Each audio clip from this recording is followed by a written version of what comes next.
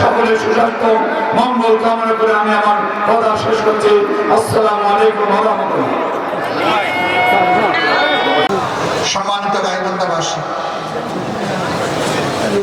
15.5 বছর সারা দেশ জুড়ে ছোপ ছোপ রক্ত আর কাড়ি কাড়ি লাশ।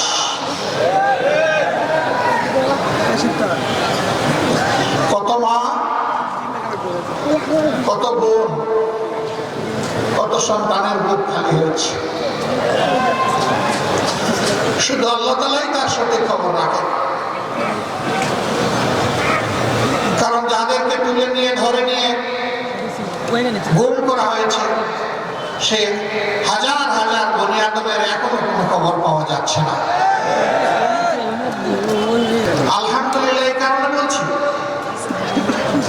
যদি শেখ হাসিনা সরকারের আমলে দফায় দফায় আমাকে জেলে না দিত, তাহলে মজলুমদের জুলুমের দৃশ্য সরাসরি আমার পক্ষে চোখে দেখা সম্ভব হতো না।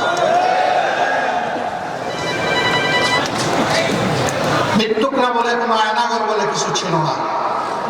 আয়নাগর তো সচক্ষে আমি দেখেছি। 2006 সালের 28 অক্টোবর লগিবন্ডা ওইটার তাণ্ডব চালিয়ে 54 জন মানুষকে তারা খুন করেছে। রাজধানীর পল্টন ময়দানে 6 জন মানুষকে খুন করে স্পষ্ট দিবালোকে তাদের লাশের উপর দাঁড়িয়ে তারা নাচানাচি করেছে। তারা খুন করলো, পরিবারের সদস্যদেরকেও খুন করলো, নির্মম ভাবে তাদের লাশগুলা খুন করে ড্রেনের পানিতে ভাসিয়ে দিল। সন্ধ্যার পরে আলো নিভিয়ে খুনিদেরকে নিরাপদে পালিয়ে যাওয়ার সুযোগ সৃষ্টি করে দেওয়া হলো। কিন্তু ব্লেম শুরু হয়ে গেল বিরোধী দলের উপর।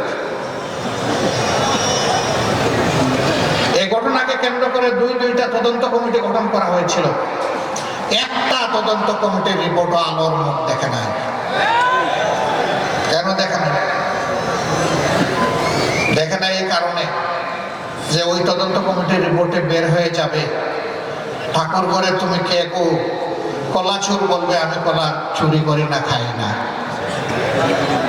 এই দুষ্কর্ম করেছিল তৎকালীন সরকার। এই জন্য তাদের দিকে তীর পড়বে এই ভয়ে তারা কিন্তু রিপোর্টগুলো পেশ করেনি, জনগণকে জানতে দেয় নাই। নির্যাতনের শিকার ছিলাম, জেল জুলুম মামলা হামলায় আমরা কথা বলতে পারি নাই, একত্রিত হতে পারিনি, যেটা সিদ্ধান্ত গ্রহণ করার সুযোগ করে দিয়েছে। তাই আসুন আমরা সর্বস্তরের জনশক্তিরা ঐক্যবদ্ধ হয়ে সকলের সুস্বাস্থ্য মঙ্গল কামনা করে আমি আমার কথা শেষ করছি। আসসালামু আলাইকুম ওয়া রাহমাতুল্লাহ।